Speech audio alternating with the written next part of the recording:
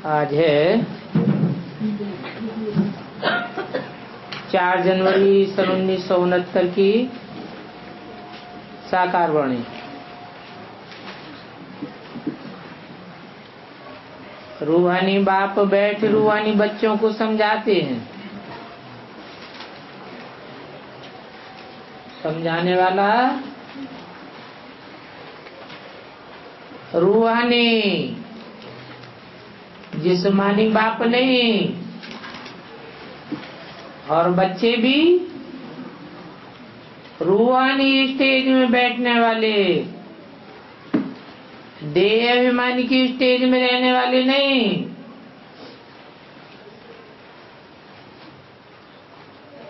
तुम इस पाठशाला में बैठ ऊंच दर्जा पाते हो, दिल में समझते हो हम बहुत ऊंचते ऊंच स्वर्ग का पद पाते हैं, क्योंकि रूहानी स्टेज है ही स्वस्थिति की स्थिति। जो स्वस्थिति में रह करके पढ़ते हैं वो जरूर स्वर्ग का वर्षा पाते हैं। ऐसे बच्चों को तो बहुत खुशी होनी चाहिए। अगर सभी को ये निश्चय है तो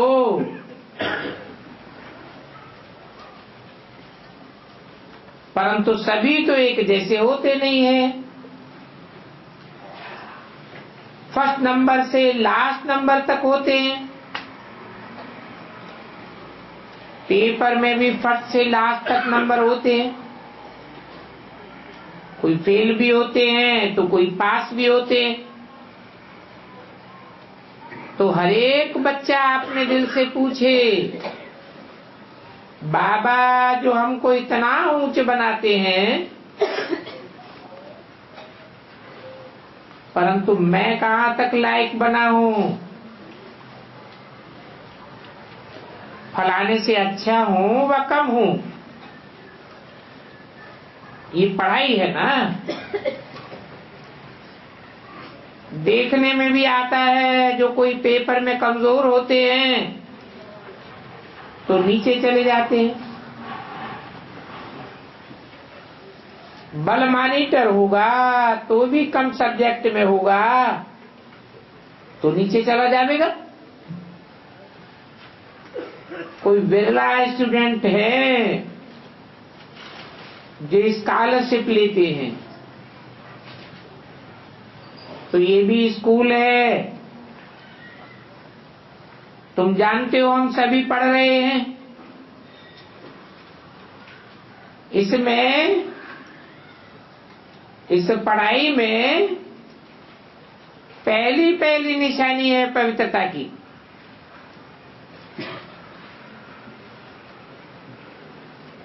बाप को बुलाई आई है पवित्र रहने के लिए। इस पढ़ाई से ही पवित्र बनेंगे। फिर भी अगर क्रिमिनल आई काम करती है तो खुद भी फील करते होंगे। बाबा को लिखते भी हैं, बाबा हम इस सब्जेक्ट में कम हैं। स्टूडेंट की बुद्धि में ये जरूर आता है कि हम फलाने सब्जेक्ट में बहुत कम हो। कोई ऐसे भी समझते हैं हम तो फेल हो जाएंगे। तो इसमें पहले नंबर की सब्जेक्ट है पवित्रता की। बहुत लिखते हैं, बाबा हमने हार खा ली, तो इसको क्या कहेंगे? कहेंगे फेल हो गए। उनकी दिल में आता होगा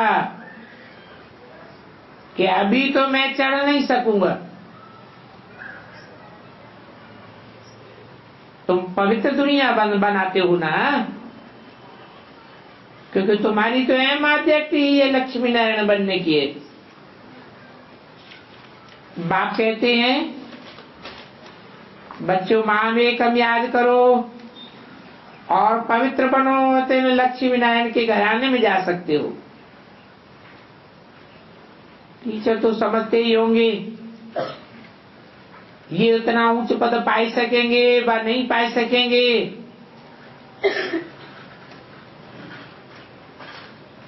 क्योंकि वो सुप्रीम टीचर है।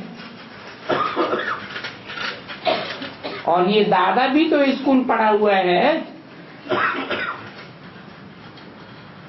कोई छोकरे ऐसे खराब काम करते हैं जो आखिर मास्टर को उनको सजा देनी पड़ती। आगे तो बहुत जोर से सजाएं देते थे, अभी सजा आदि कम कर दी है।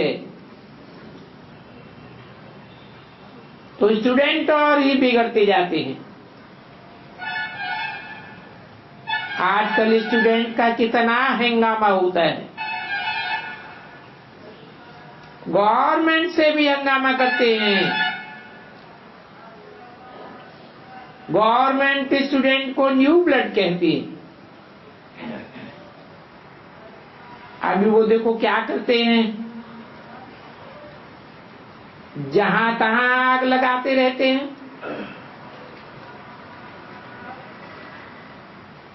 आग लगाते हैं, नुकसान करते हैं, इस बात में अपनी जवानी दिखाते हैं। ये है ही आसुरी जाति।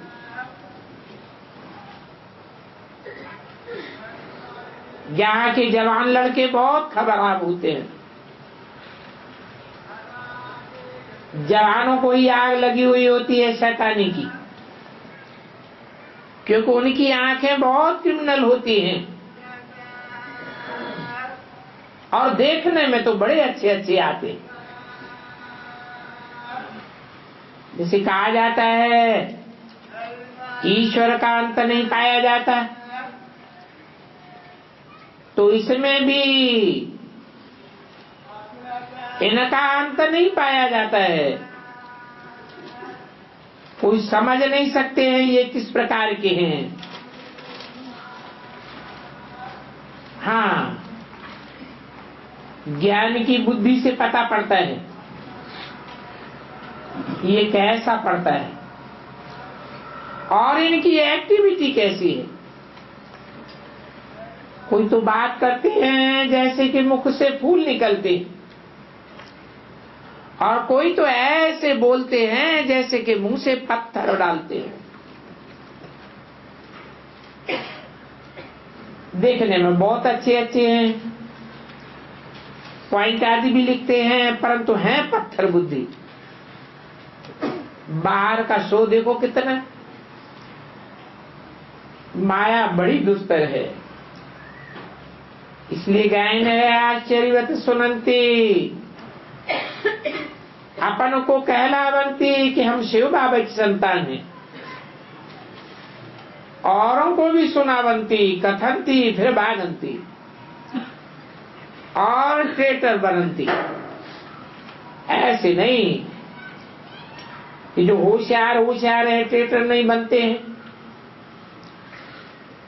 अच्छे अच्छे होशियार भी ट्रेटर बन पड़ते हैं।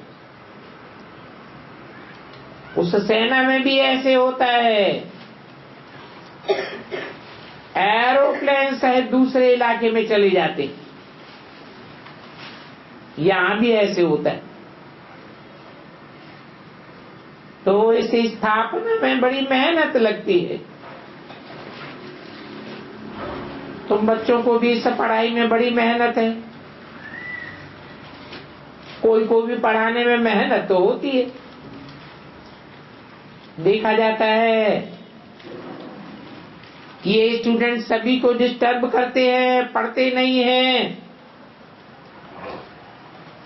तो टीचर को दिल होता है इनको हंटर मारना चाहिए।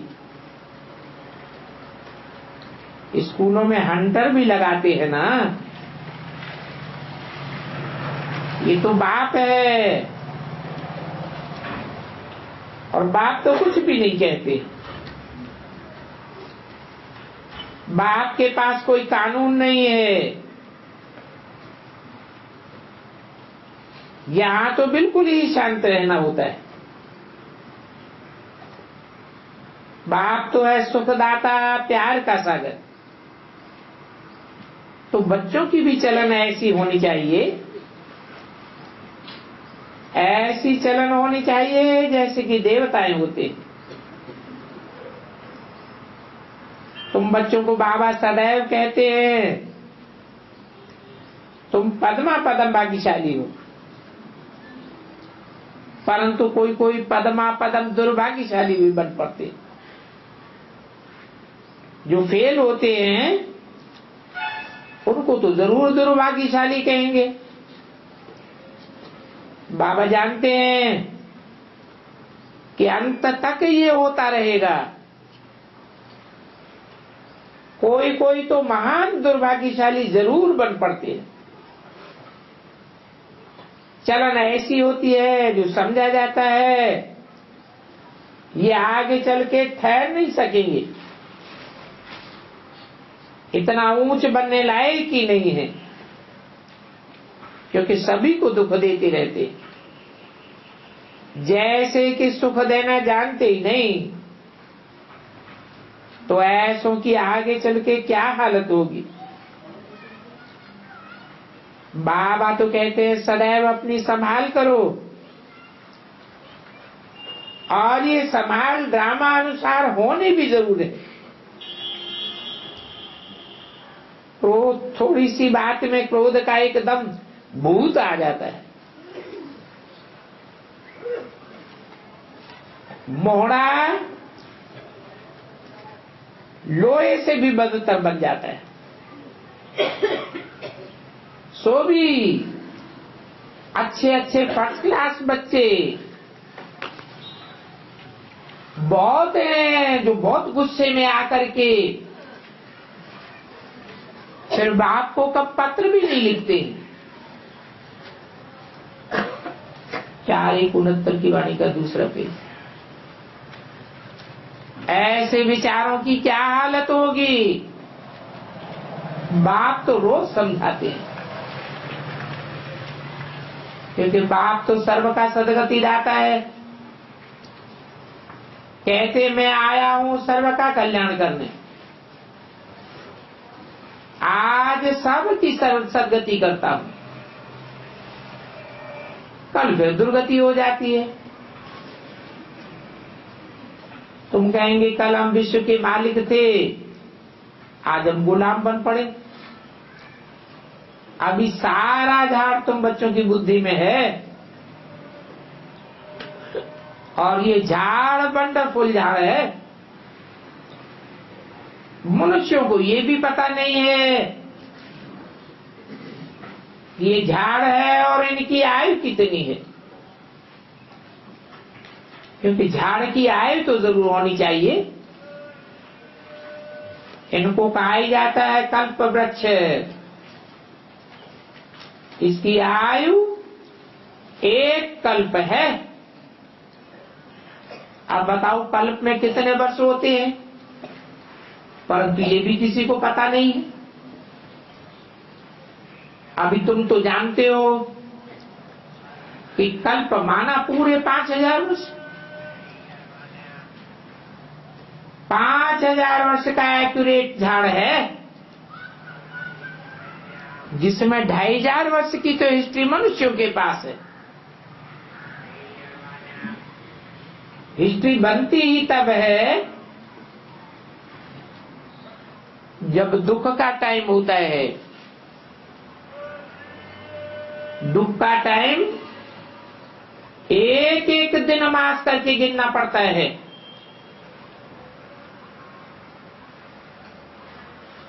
सुख का टाइम तो गिना नहीं जाता है। तो जब से दुनिया में दुख शुरू हुआ, द्वैतवादी दुनिया शुरू हुई, दो दोगली बातें शुरू हुई, तब से दुख शुरू होता है। उसे कहते हैं द्वापर। जब से दो धर्म पिताएं आकर के दो प्रकार के धर्म स्थापन करते रहे, टकराव होता रहा, दुख बढ़ता गया, तो हिस्ट्री बनने लगी।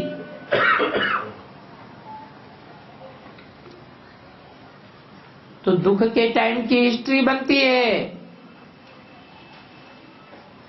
दुख का टाइम जैसे कि रात का टाइम है ठोकरें खाने का, कोई को रास्ता नहीं मिलता। बाप आते हैं तो उजाला कर देते हैं, बाप कोई ठोकरें नहीं खाता, सबको बुद्धि का ठिकाना मिला हुआ है। देवताएं होते ही है आत्मिक स्थिति वाले, उनको बुद्धि का ठिकाना मिला हुआ है। मैं आत्मा हूं, आत्मिक स्थिति में बुद्धि टिकती है, पर चिंतन में बुद्धि नहीं जाती। तो 2500 वर्ष है सुख की दुनिया और 2500 वर्ष है दुखी की दुनिया। तो ये मनुष्य सृष्टि रूपी झाड़ 5000 वर्ष का है और इसमें 1 सेकंड का भी फर्क नहीं पड़ सकता। इस बेर के झाड़ की नॉलेज अभी तुम बच्चों को मिल रही है। एक्यूरेट नॉलेज अभी मिलती है। ऐसे तो गीता में भी लिखा है, इस झाड़ की जड़ें ऊपर को है, ऊर्ध्वम मूलम अधशाख। अश्वत्थ वृक्ष नाम दिया है, परंतु खुलकर नहीं बताया कि नॉलेज देने वाला कौन है। इस वृक्ष की नॉलेज देने वाला वो ही हो सकता है जिस मनुष्य सृष्टि रूपी वृक्ष में कभी भी जन्म मरण के चक्र में नहीं आता। और जो भी आत्माएं हैं जन्म मरण के चक्र में आने वाली हैं, वो तो अपने पूर्व जन्म को भूल जाती, चाहे राम हो चाहे कृष्ण हो, सब अपने पूर्व जन्म को भूलते हैं। वो जन्म मरण के चक्र से न्याय नहीं हो सकते। मनुष्य सृष्टि का बीज तो है, वो भी जन्म मरण के चक्र में आता है। और बीज कितना छोटा होता है, परंतु उनसे झाड़ देखो कितना बड़ा निकलता है और कितना फल देता है।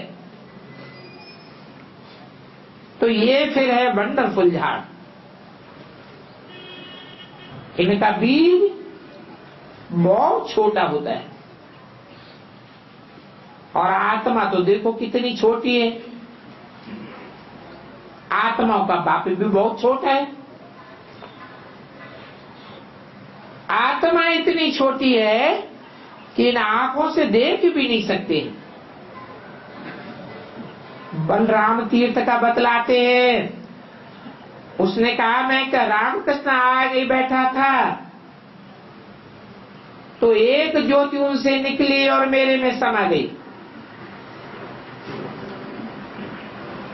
ऐसी कोई ज्योति निकल करके फिर समाये थोड़ी सकती है। तो क्या निकला? कहा कि गुरु से ज्योति निकल मेरे में समा गई। आत्मा निकली तो शरीर तो जरूर गिर पड़ेगा। अब बताओ ये क्या राज है जो रामकृष्ण ने बोला? उन्होंने तो हद की बात बोली, साक्षात्कार की। ये है बेहद की बात। कि राम कृष्ण में वो निराकार ज्योति समा जाती है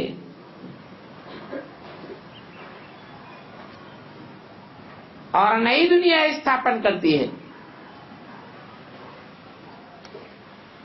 पुरानी दुनिया भस्म हो जाती है। बाकी ऐसे नहीं है कि उनकी आत्मा निकल गई या समा गई। रामकृष्ण की आत्मा तो पहले से ही मौजूद रहती है। तो ऐसे ऐसे भक्ति मार्ग में साक्षात्कार तो बहुत होते हैं, परंतु वो लोग ऐसे ही मान लेते हैं और फिर महिमा भी लिखते हैं। भगवान वाच कोई भी मनुष्य की महिमा नहीं है। रामकृष्ण की भी महिमा नहीं तो रामचंद्र और कृष्णचंद्र की भी महिमा नहीं। महिमा अगर कहें तो उसकी है जो मनुष्यों को देवता बनाने वाला है। राम और कृष्ण तो देवताएं थे,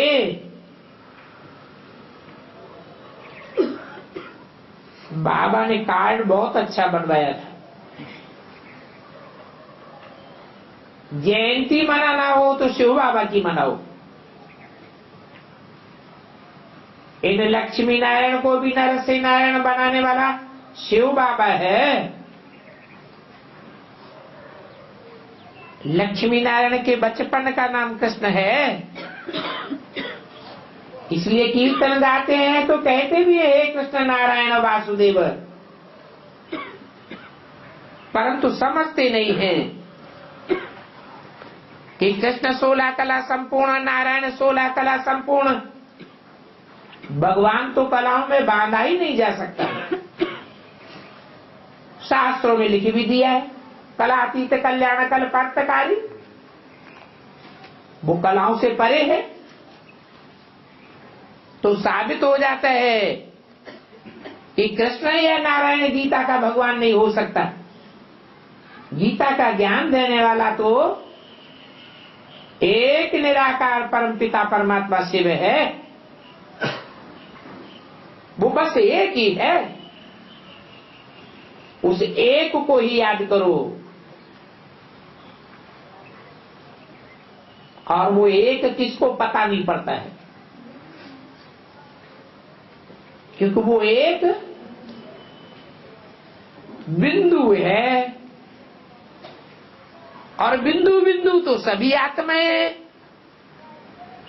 तो पता कैसे चले कौन सा बिंदु? वो ज्योति बिंदु जब तक प्रवेश न करे कोई पार्टिकुलर शरीरधारी में, तब तक पता कैसे पड़े कि भगवान कौन है। भगवान आवेगा तो जरूर नया ज्ञान सुनावेगा, नई बात बतावेगा ना। वो खुद कहते हैं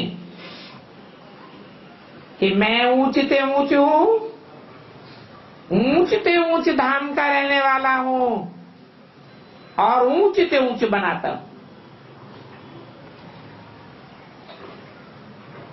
फिर तुम बच्चे नीचे गिरते हो।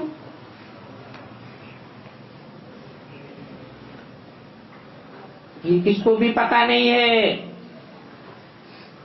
कि ऊंचते ऊंचे लक्ष्मी नारायण फिर 84 जन्मों के बाद कैसे नीचे गिर जाते। तत्वम, तुम भी विश्व के मालिक थे, फिर अभी देखो क्या बन गए हो। सतयुग में कौन थे ये भी तुम जानते हो, तुम ही सभी थे और नंबरवार पुरुषार्थ अनुसार थे। राजा रानी भी थे, सूर्यवंशी डायनेस्टी भी थी, चंद्रवंशी डायनेस्टी भी थी। तो बाबा कितनी अच्छी रीति समझाते हैं। ये षष्ठी चक्र का सारा ज्ञान तुम बच्चों की बुद्धि में सदैव चलते फिरते बना रहना चाहिए, क्योंकि तुम बच्चे चैतन्य लाइट हाउस हो। सारी पढ़ाई बुद्धि में रहनी चाहिए, परंतु वो अभी अवस्था नहीं हुई है। होना तो जरूर है। जो पास विदानर होंगे उनकी ऐसी अवस्था जरूर बनेगी कि लाइट हाउस में सल चारों ओर रोशनी देती रहेगी। सारा ज्ञान बुद्धि में होगा। बाप के लाडले लवली बच्चे भी लोग तभी कहेंगे बाप स्वर्ग की राजाई कुर्बान करते हैं। ऐसे ऐसे बच्चों पर कहते हैं कि मैं राजाई नहीं करता हूं, मैं तुम बच्चों को राजाई देता हूं। इसको कहा जाता है निष्काम सेवाधारी। मेरे सिवाय और तो कोई निष्काम सेवाधारी हो ही नहीं सकता। जिनको शरीर होता है उनको कामना जरूर होती है। ये शरीर रथ है जिनको उनको स्वार्थ जरूर होता है। शास्त्रों में भी लिखा है सुर नर मुनि सब की है रीति, स्वार्थ लागी करे सब प्रीति। तो निष्काम सेवादारी कोई कैसे हो सकता? ये सिर्फ बाप का काम है। बच्चे जानते हैं बाबा हमको सिर के ऊपर चढ़ाते, तो ऐसे बाप को कितना याद करना चाहिए। सिर के ऊपर चढ़ाते हैं कैसे? क्या मिसाल है? हैं? क्या?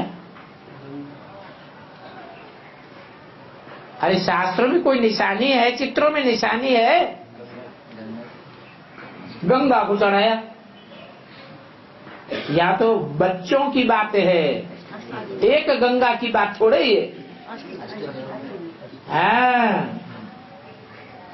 शंकर के जूड़े में 8 मणके भी दिखाते हैं। वो आत्मा रूपी चैतन्य मणके हैं जो रुद्रमाला के मणके बनते हैं। इसलिए रुद्राक्ष की माला के मणके के रूप में दिखाए जाते हैं। तो ऐसे बाप को कितना याद करना चाहिए। ये भी ड्रामा बना हुआ है। बाप संगम युग पर ही आकर के सभी को सदगति देते हैं और नंबरवार पुरुषार्थ अनुसार देते हैं। नंबर 1 हाईएस्ट बिल्कुल पवित्र, और नंबर लास्ट बिल्कुल अपवित्र। याद प्यार तो बाप सभी को देते हैं। देखो बाप कितना अच्छी रीति समझाते हैं। कुछ भी मिथ्या अहंकार नहीं आना चाहिए, परंतु माया इतनी जबरदस्त है जो अकल ही चट कर देती है। और अच्छे अच्छे महारथियों का ऐसा हाल होता है। इसलिए बाप कहते हैं कि खबरदार रहना है, रथ का भी रिगार्ड रखना है, क्योंकि इस रथ द्वारा ही तुमको बाप सुनाते हैं। नहीं तो इसने तो कब गाली नहीं खाई थी। सभी प्यार करते थे। अभी तो देखो कितनी गाली खाते हैं, और बच्चे ही ऐसी चलन चलते हैं जिस कारण बाबा को और ब्रह्मा को गाली खानी पड़ती है। प्रेटर बन करके भागंती हो जाते हैं, तो फिर उनकी क्या गति होगी? फेल ही हो जाएंगे ना। बाप समझाते हैं माया ऐसी है, इसलिए माया से बहुत खबरदार रहना है। माया किसको छोड़ती नहीं है, सब प्रकार की आग माया लगाई देती है। बाप कहते हैं मेरे सभी बच्चे काम चिच्छा पर चढ़ काले बन गए। अभी कहते हैं मुझे याद करो, तो तुम गोरे बन जाएंगे। सभी काम शिक्षा पर चढ़ बिल्कुल काले कोयले बन गए। ऐसे भी मनुष्य होते हैं जो दिन में 2-4 बार भी काम शिक्षा पर चढ़ते, और इस वैश्यालय में वैश्याएं तो सारा दिन यही धंधा करती रहती है, तो जरूर भ्रष्ट भी बनेंगे। एकदम काले काले कोयले बन करके जल मरते हैं।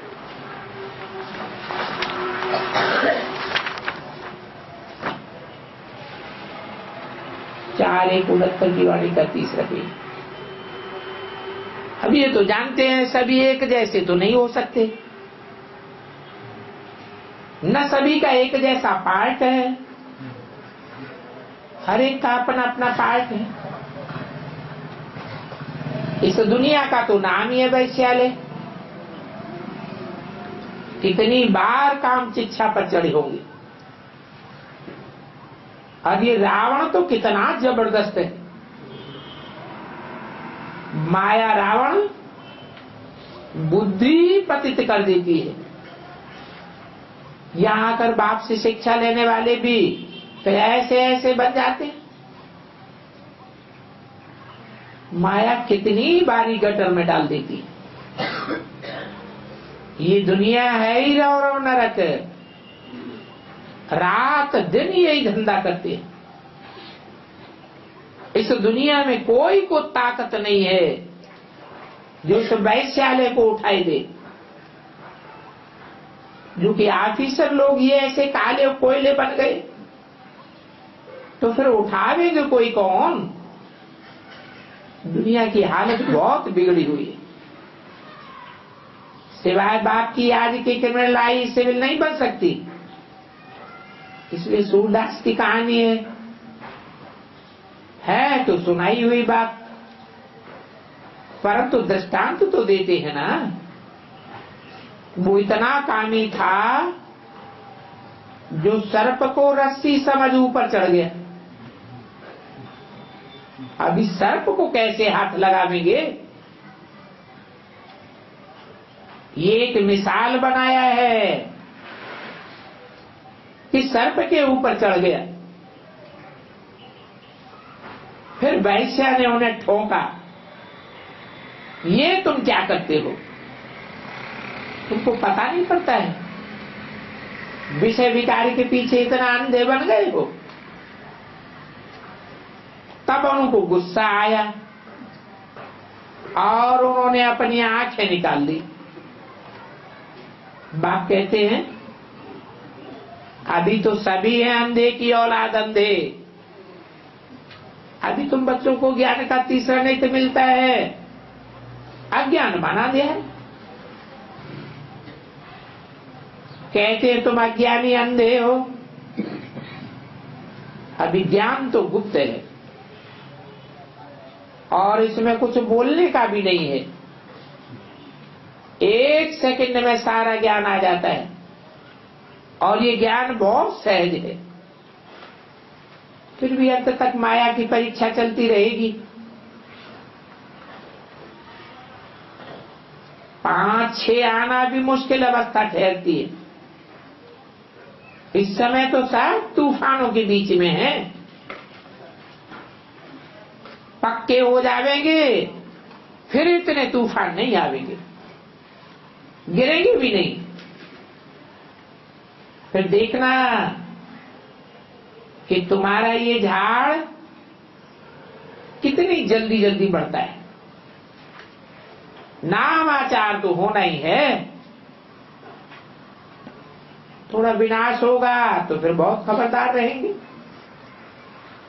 फिर बाप की याद को एकदम चटक पड़ेंगे, समझेंगे टाइम बहुत ही थोड़ा है।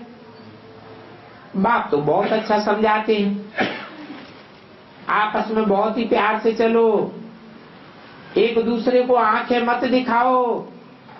क्रोध का भूत आने से एकदम शिकल बदल जाती है।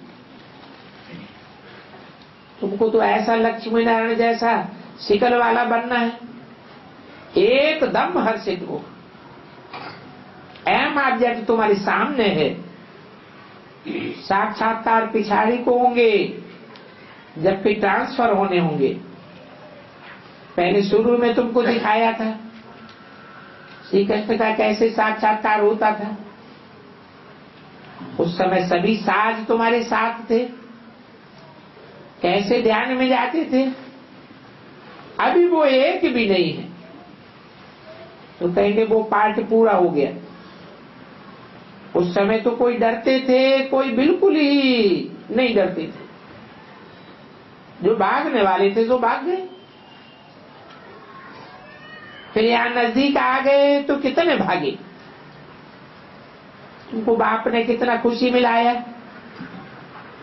कितना पार्ट दिखाते थे। फिर पिछाड़ी में भी बहुत पार्ट देखेंगे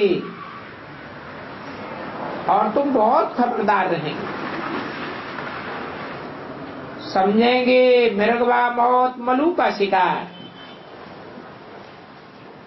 पिछाड़ी में बहुत सीनरी देखते रहेंगे,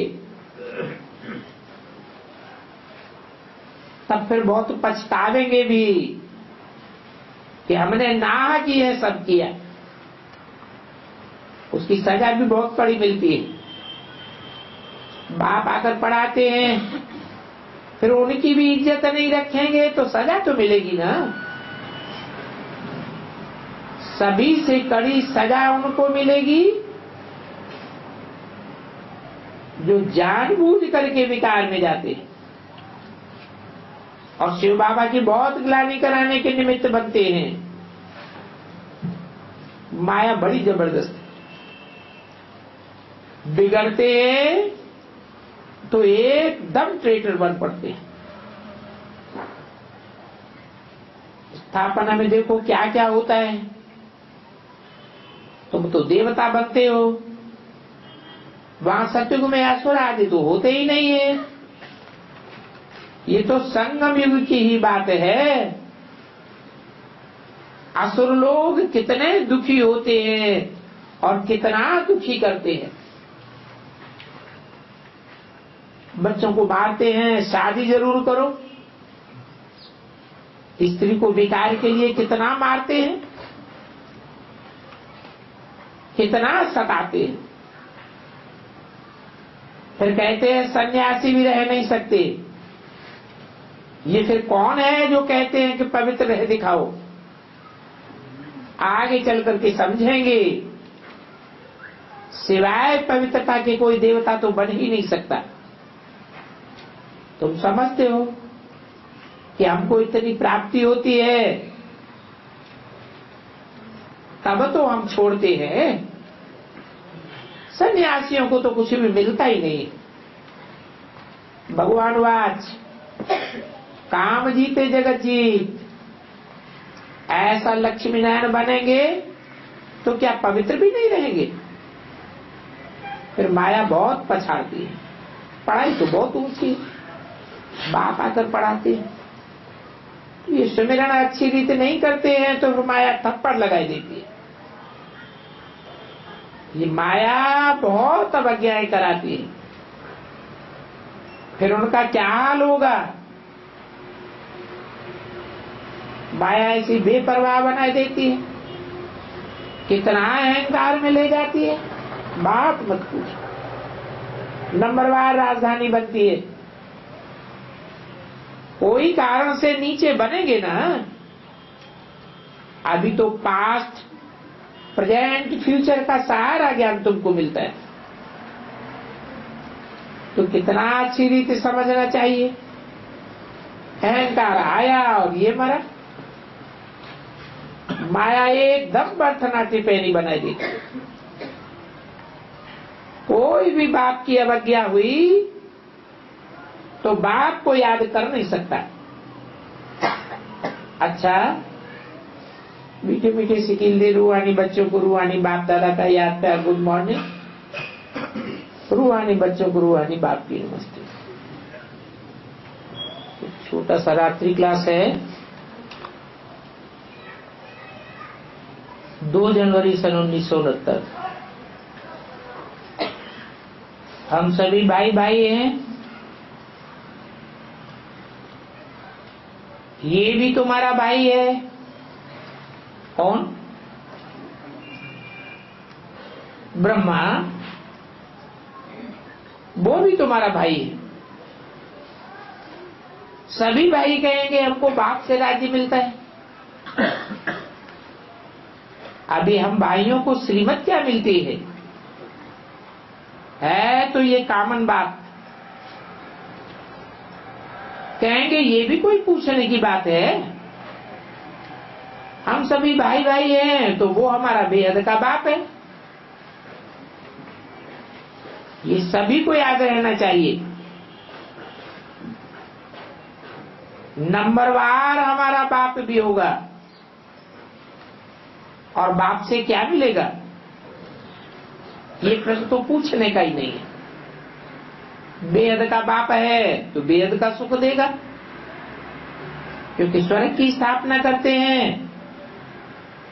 तो तुम सभी अपन को भाई भाई समझो। हम स्वर्गवासी बन रहे हैं, पूछने की तो दरकार ही नहीं है। निश्चय है कि हम सभी भाई भाई हैं। भाई भाई तो हैं, परंतु ये भी प्रसिद्ध है कि भारत को ही स्वराज्य मिलता है तो हम भाई भाई। आत्माएं सभी भाई भाई है, परंतु कोई कहाँ है।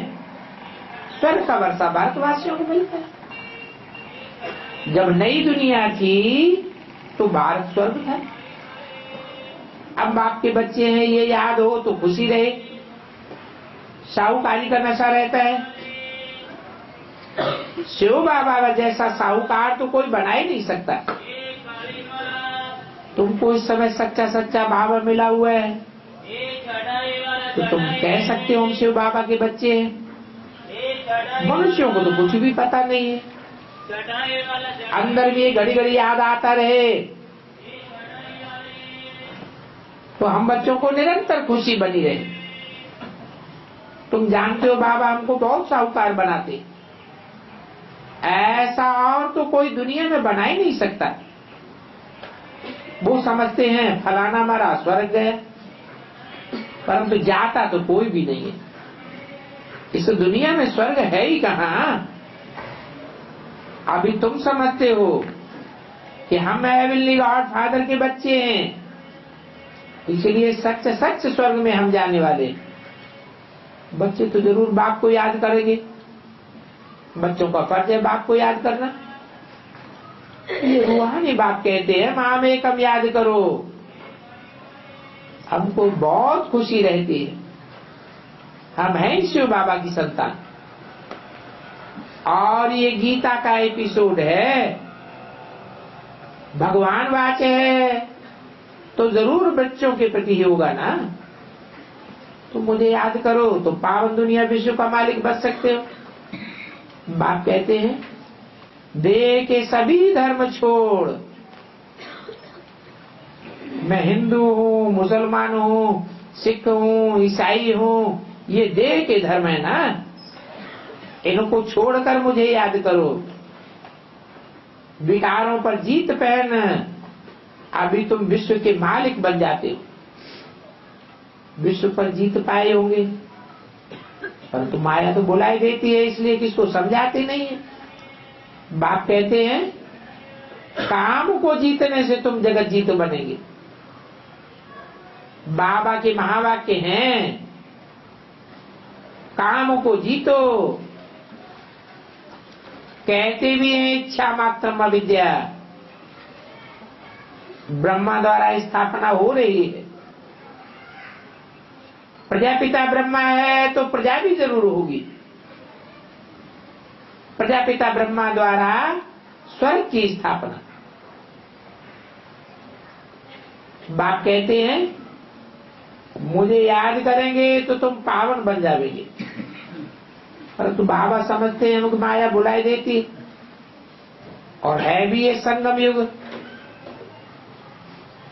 स्मृति और विस्मृति का युग है। तो जरूर नई दुनिया स्थापन हो जाएगी और पुरानी दुनिया खत्म हो जाएगी। ऐसी ऐसी बातें सब तुम ही कर सकते हो। योग बल नहीं है तो तीर किसी को लगता नहीं है। सिवाय शिव बाबा के बाकी तो सभी आत्माएं कुछ न कुछ मांगती ही रहती हैं।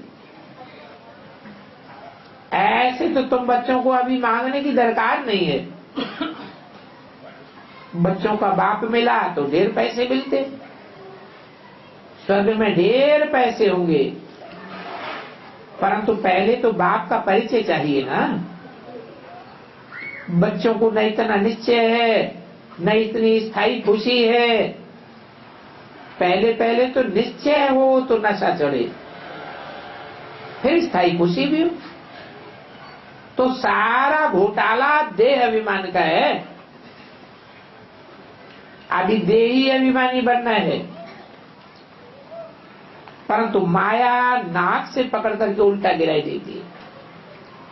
माया को जीतने की पावर आनी तो जरूर है, अभी तो नहीं आई है, टाइम भी चाहिए। बच्चे समझते हैं टाइम नहीं आया है, नहीं तो लड़ाई शुरू हो जावे। चाहते भी हैं जल्दी हो जावे, परंतु बाप को छोड़ने की दिल नहीं होती है। हम कर्मातीत बन जावेंगे तो फिर बाबा तो भाग जावेंगे। क्या सब एक साथ कर्मातीत बन जावेंगे? हैं? तो कब भाग जावेंगे? हैं?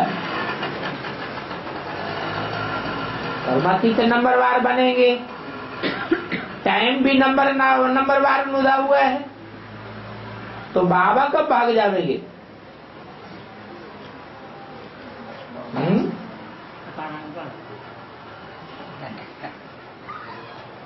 अरे कोई एक पारिवारिक इकाई संपूर्ण बनेगी, एक इकाई संपूर्ण बनेगी और बाबा का काम स्थापना का पूरा हुआ। अच्छे अच्छे बच्चे कहेंगे हम तो बाप के साथ ही रहेंगे। अभी भी चाहते हैं हम बाप के साथ ही पड़े रहे, बाबा कहीं चले न जावे। अभी हम तो ईश्वरीय संप्रदाय हैं, उनकी औलाद हैं, तो हम क्यों नहीं स्वर्ग के मालिक बन सकते? अनन्य बच्चे इन बातों को समझते हैं। समझते होंगे तो दूसरों को भी समझाते रहेंगे। बाप के साथ ऐसी दिल लगी हुई हो कि हमको छोड़ करके न जाएं, परंतु देह अभिमानियों में वो लव नहीं है जो बाप के साथ होना चाहिए। वो प्यार बहुत कम है, मायावी बुद्धि बहुत बन जाते हैं और ईश्वरीय बुद्धि बहुत कम है। अच्छा, रूहानी बच्चों प्रति रूहानी बाप दादा का याद प्यार। Good night. ओम शांति।